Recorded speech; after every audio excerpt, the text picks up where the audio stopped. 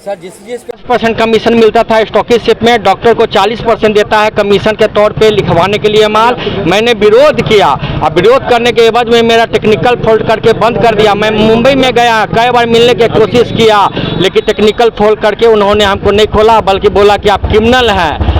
इस कह के सर हमको नहीं खोला गया। उन्होंने उन्हीं का आदमी ने बताया, राजेश सिन्हा ने बताया कि कंपनी में टैक्स में बहुत सारा घोल मटोल किया। अगर कंपनी का जांच बैठेगा तो जांच एजेंसी इसको छोड़ेगा नहीं। कंपनी उसी का डिस्ट्रीब्यूशन जो हेड है 2022-23 में 4 महीना के कंप्यूटर हैक करके इन्होंने जीएसटी घपला करने का करोड़ों करोड़ का नाम लिया। राजेश सिन्हा ने बताया, उसका डिस्ट्रीब्यूशन वाले ने बताया, सभी को बताया, पर्सनली बताया सभी को। यही मामला है सर, हमने विरोध किया। हम मांग करते हैं कि मेरा सप्लाई किया जाए, जो हर्जाना है हर्जाना दीजिए, मैं केस विड्रॉ कर लूँगा। मेरा जो स्टॉकिस्ट जो मेरा पेट पे लात मारा है, मेरे रेगुलर सप्लाई किया जाए। और हमारे सर रोजी रोटी पे सवाल उठ गया, हमको दुकान में बदनाम किया गया है। और बस यही मेरे पूरे मार्केट में। अपना परिचय बताइए। अवधेश जायसवाल, आप प्रोप्राइटर हैं ना? मेसर्स जय माता दी इंटरप्राइजेज का मामला यही है कि सन फार्मा से इनको स्टॉकिस्ट था मिला हुआ, और 1993 से चला आ रहा था। अचानक ऑल ऑफ ए सडन ये बंद कर दिया गया 2024 के 10 मई को। यही कहा गया रीजन कि भाई आपका टेक्निकल फॉल्ट के कारण हम नहीं दे रहे हैं।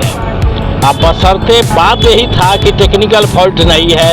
जब हमने अधिवक्ता नोटिस, लीगल नोटिस उन पर सर्विस किया तो लीगल नोटिस में उन्होंने कोई केस नहीं, और ये सामने खड़े हैं पिटिशनर प्लेंटिफ, और यही हैं जय माता दी इंटरप्राइजेज के प्रोप्राइटर। इनको कहा गया कि आप चोर हैं तो आप क्रिमिनल है, क्रिमिनल एक्टिविटीज में इन्वॉल्व रहते हैं, जबकि हमने मांगा कि कौन सा इन पर केस है, तो कोई केस का हवाला उन्होंने नहीं दिया, आज तक नहीं दिया।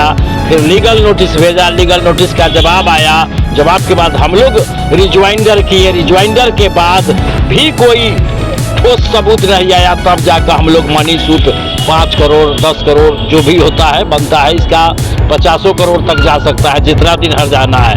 और इनको all of a sudden supply करना बंद कर दिया, जबकि ट्रेड और बिजनेस का हनन है, मौलिक अधिकार का हनन है।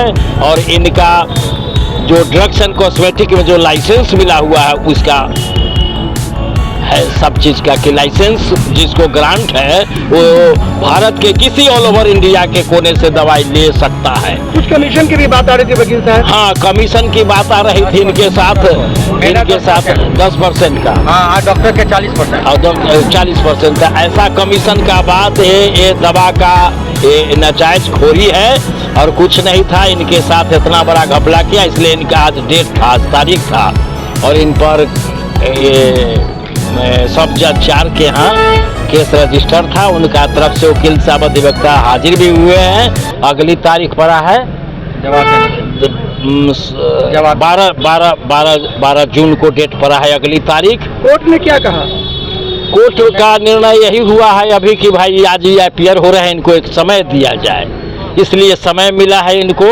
लेकिन इस बीच में इनका सारा गोविंद मित्रा रोड के प्रोप्राइटर हैं, जय माता दी के नाम से जाने जाते हैं। इन पर झूठा आरोप रच करके और बदनाम करने की कोशिश से, ताकि इनका मार्केट से पूरे बिहार, बंगाल, यूपी सब जगह के इनका ट्रेड और बिजनेस खत्म कर दिया। अपना परिचय बताइए। हम रामशंकर दास अधिवक्ता पटना उच्च न्यायालय। यहाँ तक कि जब मैंने नोटिस दिया था तो यहाँ तक भी कहा गया था कि वकील साहब पर भी केस बनेगा कि क्यों भेजे नोटिस, जबकि एडवोकेट एक्ट में क्लियर है कि हम किसी को नोटिस दे सकते हैं। लेकिन जब नोटिस का जवाब ठोस सबूत नहीं आया, ठोस जवाब नहीं मिला, क्यों बंद किया, कौन सा क्रिमिनल केस था, नहीं सब सबूत दिया, तब जाकर मनी सूट इन पर डैमेज के साथ कर दिया गया है कि इनका माल आज तक सप्लाई नहीं करके बेचारे रोड पर हैं और इनको चोर कहा जा रहा है। इनको कहा जा रहा है कि आप क्रिमिनल एक्टिविटीज रखते हैं, आप गलत, लेकिन आज तक कोई केस नंबर नहीं दिया कि हिंदुस्तान के कोई के नाम केस भी है। ये केस कभी रजिस्टर हमने कर दिया।